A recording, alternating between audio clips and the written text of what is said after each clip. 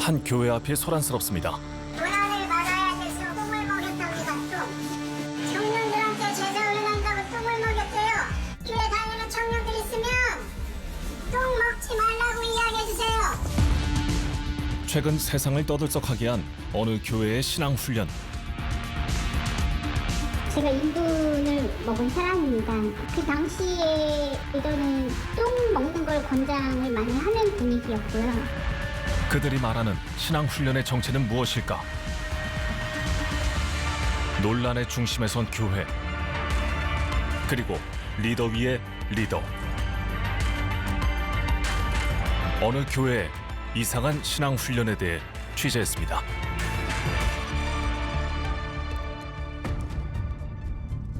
지난 5월 5일 교회를 탈퇴한 24명의 신도가 기자회견을 열었습니다. 제가 인분을 먹은 사람입니다. 그 당시에 리더는 똥 먹는 걸 권장을 많이 하는 분위기였고요. 그래서 똥을 먹기가 너무 싫어서 그 당시에 바로 하지 못했고, 그렇다고 안 할 수는 없었고, 리더 승인 아래 똥을 먹고 똥을 먹는 영상을 리더에게 보냈습니다. 제보자의 증언에 따르면 팀의 리더가 신앙훈련이라는 이유로 인분을 먹으라고 지시했다는 건데요. 인분을 먹고 매를 맞는 것 말고도 상식 밖의 훈련은 또 있었답니다. 저는 사창과 게이바, 트랜스젠더바, 공동묘지, 모텔촌 안 가본 데가 없어요. 저희 남편은 몰라요. 제가 그렇게 밤에 돌아다닌 거. 그러니까 그 모텔촌 앞에서 욕 먹을 때까지 증거하게 해요. 그래서 그날의 미션은 욕을 먹는 거예요. 그래서 막 기도를 엄청 해서 욕 먹게 해달라고 기도하고 나가거든요. 제보자들이 말하는 신앙훈련의 정체는 무엇일까? 여기 보면 음식물 쓰레기장 3시간 갇히기 막 이런 거 있잖아요. 예, 그리고 3일간 70시간 깨어있기. 맨정신에 누가 똥을 먹습니까? 그런데 똥을 먹을 수 있는 사람이었다는 거예요. 그만큼의 병든 상태가 내가 거기 있었기 때문에 된 거예요. 내가 누군가에 끊임없이 의존하는 인간으로 바뀌고 있었던 거예요. 제보자들은 취재 과정에서 모두 똑같이 리더의 지시 아래 훈련을 할 수밖에 없었다고 주장합니다.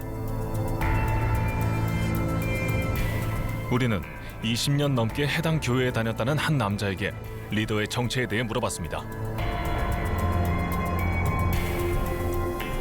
성경에 보면 모세가 이스라엘 사람들을 통치할 때 그 모세 장인이 와서 100부장, 50부장, 10부장 이렇게 만들려고 그래요. 그 내용이 성경에 나오는데 그거에 따라서 시스템화 해놓은 거죠. 교회 조직은 성경 구절을 적용해 리더 중심으로 운영된답니다.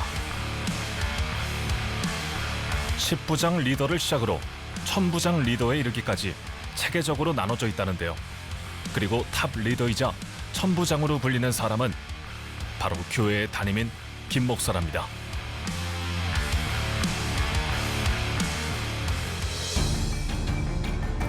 그런데 한 신도가 훈련 과정에서 갑자기 쓰러지는 일이 발생했다고 합니다.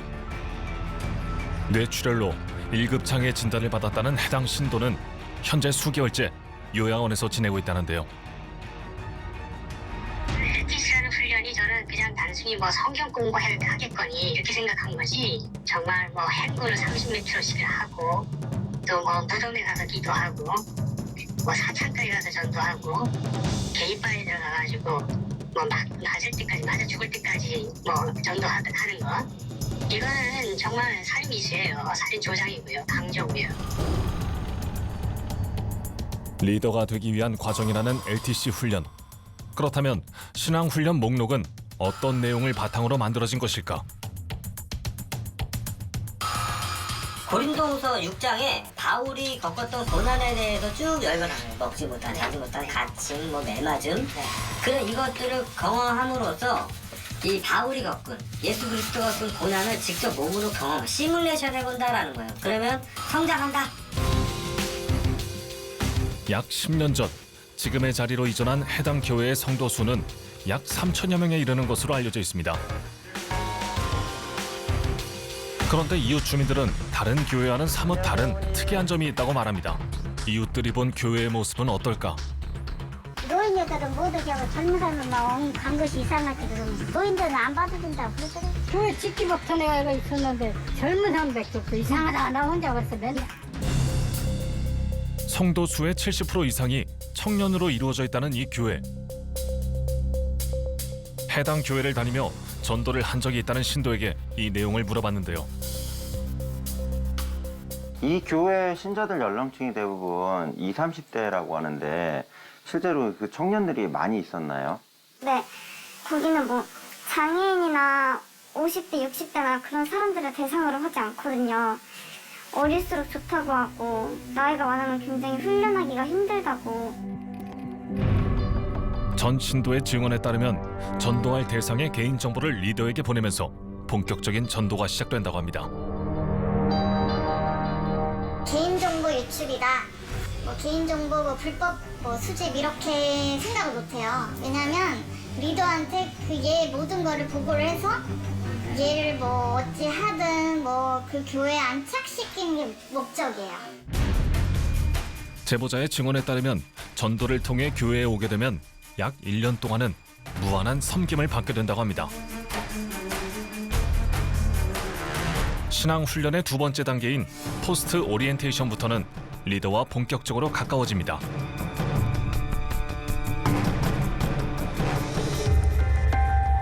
자신의 일상을 기록하고 이 내용을 리더와 공유하게 된다는데요. 기상 시간부터 취침 시간까지 세세하게 기록돼 있습니다. 나의 일거수일투족, 예를 들면 여기 이동 시간까지 적혀 있어요. 내가 몇 시 몇 분에 이동을 한다. 이거를 공유하나요? 아니면 리더이기 때문에 이거를 리더에게 보고 컨펌 같은 걸 받는 거예요. 그러니까 이게 너무 많은 거를 좀 지금 와서 하니까 있죠. 근데 그때는 리더에게 되게 쉽게 얘기를 하긴 했었죠. 마스터베이션 하지 마라. 뭐 이렇게 뭐 죄 고백해라. 뭐 이런 것들을 하는데. 그러면 개인의 극도의 사생활적인 부분까지도 다 공유되는 거예요? 그렇죠. 팀원들의 죄 자백 유무를 리더가 따로 관리하고 있는 자료도 확인할 수 있었습니다. 제가 이제 범죄 심리학을 하는 입장에서 말씀드리면 피해자가 되려는 게 아니고요. 피해자가 될 수밖에 없는 구멍이라고 그러거든요. 소위 말하는 피해자화라고 저희가 전문용어로 표현하는데 자기가 피해자인 걸 모르면서 피해자가 되는 경우가 되게 많다는 얘기입니다. 그리고 설령 피해자가 된 걸 알았다 하더라도 그 상황을 벗어나지 못하는 경우가 생각보다 많다는 얘기입니다. 이 그루밍 폭력 내지는 또는 상대방이 합리적 사고를 전혀 하지 못하도록 만들어서 억압을 하는 이런 시스템에서는 충분히 저 같은 사람도 그렇게 될 수 있다는 걸 제가 말씀드립니다. 많은 리더들의 맨 위에 자리하고 있으며 천부장이자 탑 리더로 불린다는 김 목사. 해당 교회를 다닌 적이 있는 사람들은 목사와 신도들 사이엔 이 교회만의 독특한 무언가가 존재한다고 말합니다. 침존이라고 얘기 들어봤어요. 침존. 예배 시간에 침을 맞겠다는 그 종이야. 그 앞자리를 차지하려고 5시, 6시에 일어나가지고 거기에 자리를 맞는 거예요. 제보를 통해 쏟아진 수많은 의혹, 많은 논란에 대한 사실관계 확인이 필요해 보였습니다. 아, 예. 그러면 혹시 신분 좀 확인 좀 하는 게 있을까요? 명함 드릴까요? 아, 예. 명함 한 분씩 이날 인터뷰에는 교회 관계자를 비롯한 교회 내 리더들도 함께 자리했습니다. 제일 먼저 들려왔었던 거는 이 교회의 그 제자 형태가 조금은 다르다. 리더의 그 리더십이 있잖아요. 리더가 권력이 있다라고 이야기를 하신 분들이 그래서 있고. 저 이렇게 설명드릴게요. 네. 우리는 뭐 바깥에서는 특히 우리 하나의 권력처럼 보이는데 그렇지 않습니다. 백부장이면 제일 50부장보다 2배 이상을 섬길 수 있어야 돼요. 10부장보다는 10배를 섬길 수 있는 사람이 백부장이 되는 겁니다. 사실. 과학적 행위를 했다고 주장하는 측에 든 권력이신 리더분 있잖아요. 네, 그럼 그분이 하신 행위가 만약 혹시라도 잘못됐다면 교회 측에선 전혀 모르셨나요? 그렇죠. 교회 측이라고 표현하면은 어떤 집사님이나 장로님들이 직분이 있는 분들은 어쨌든 일단 저는 장로님도 장로인데 우리는 사실 신앙훈련은 리더의 승인 없이 신도 개개인의 자율에 맡기고 있다는 건데요. 하지만 일부 리더는 훈련을 승인하거나 지시하는 등 팀원들의 신앙 훈련에 개입한 것으로 보이는 내용을 확인할 수 있습니다. 실제 인분을 먹도록 지시했다는 주장에 대한 교회 측의 입장은 어떨까? 똥을 먹으라는 말이 아니래. 그분이 한 말은. 아, 직접 듣기. 네, 어떤 이야기? 그러니까 이거는 그 속된 그 잡이라고 하는 분이 너무 훈련을 좀 속된 말로 하면 건성건성을 하는 거죠. 네. 그래서 그렇게 하시면 안 된다는 의미래요. 실제로. 지금 사실은 똥 뭐라고 먹는다는 거 있겠어요. 여기는 전혀. 제가 직접 먹었습니다라고 하면서 말씀하신 분이 계셨거든요. 네. 그럴 수밖에 없었다라고. 이렇게 할 수도 없었다는 말 자체가 웃긴 거예요. 사실은 이거는 원래가 자기가 자원해서 스스로 하는 거거든요. 제시한 자료엔 성경 구절만 나열돼 있을 뿐 교회 측은 비상식적인 훈련 목록의 출처를 알지 못한다는 건데요.